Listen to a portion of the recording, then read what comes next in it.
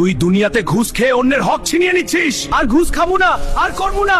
আল্লাহ তো হয় এবারের মতো মাফ করে দাও। মুসলিমের কান্না কখনো বৃথা যায় না।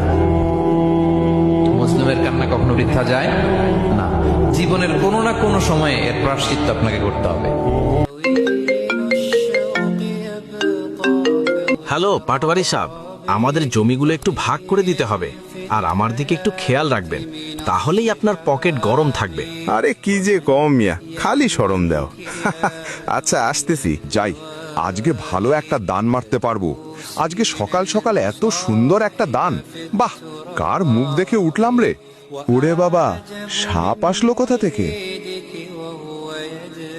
আরে শোনো না, গাড়িতে একটি কালো সাপ আমার সিটে বসে আছে আর আমার দিকে তাকিয়ে আছে। কি বলো, সত্যি? হয়তোবা কোথা থেকে আসছে, ভয় পেও না। কারোর প্রতি জুলুম, কারোর প্রতি অবিচার, কাউকে ঠেকিয়ে ঠকিয়ে এই মানুষের প্রতি জুলুম অবিচার, এটার শাস্তি আল্লাহ তাআলা দুনিয়াতে দেন। পৃথিবীর ইতিহাসে এমন একজন জালেম দেখাতে পারবেন না যে জালেম জুলুম করেছে আর তার প্রায়শ্চিত্ত তাকে দুনিয়াতে পেতে হয়নি। এই আজকে আবার 4-5টা সাপ, তাও আমার সিটে বসে আছে আর আমার দিকে তাকিয়ে আছে। আমি বুঝলাম না সাপগুলো আসে কোথা থেকে। সেটাই তো। আচ্ছা, এটা তোমার কোনো পাপের ফল না তো আবার? এসব কি হচ্ছে আমার সাথে? আমি ঘুষ খেয়ে জুলুম করে অন্যের হক ছিনিয়ে নিয়ে দেই, তার কোনো অভিশাপ না তো আবার? তুই দুনিয়াতে ঘুষ খেয়ে অন্যের হক ছিনিয়ে নিচ্ছিস। আর ঘুষ খাবো না, আর করবো না। আল্লাহ তো হয় এবারের মতো মাফ করে দাও। আমি একই দেখলাম স্বপ্নে। আল্লাহ, তুমি আমাকে মাফ করো। আরে, তুমি খুব টেনশনে আছো, তাই আজে বাজে স্বপ্ন দেখছো। কাল সকালে আবার গাড়ির দরজা খুলে দেখো তো, এটা কি সত্যি তোমার কোনো পাপের ফল, নাকি আমরা ভুল দেখছি?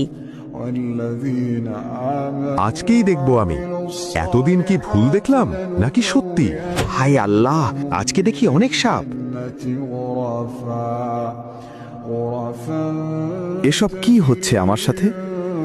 আচ্ছা, কালকেই ইমাম সাহেবের কাছে যেতে হবে, সব খুলে বলতে হবে। তুই যে জুলুম করছস, হক ছিনিয়ে নিচ্ছস, ঘুষ খেয়ে অবিচার করছস, তার ফল তোকে পেতেই হবে।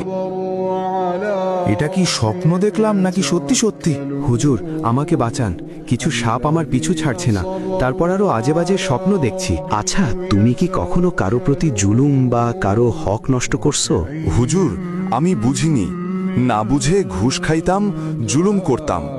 এখন কি করব? এখন তুমি তাদের কাছে গিয়ে মাফ চাও যাদের উপর জুলুম করছো। ওরা মাফ না করলে আল্লাহ করবে না।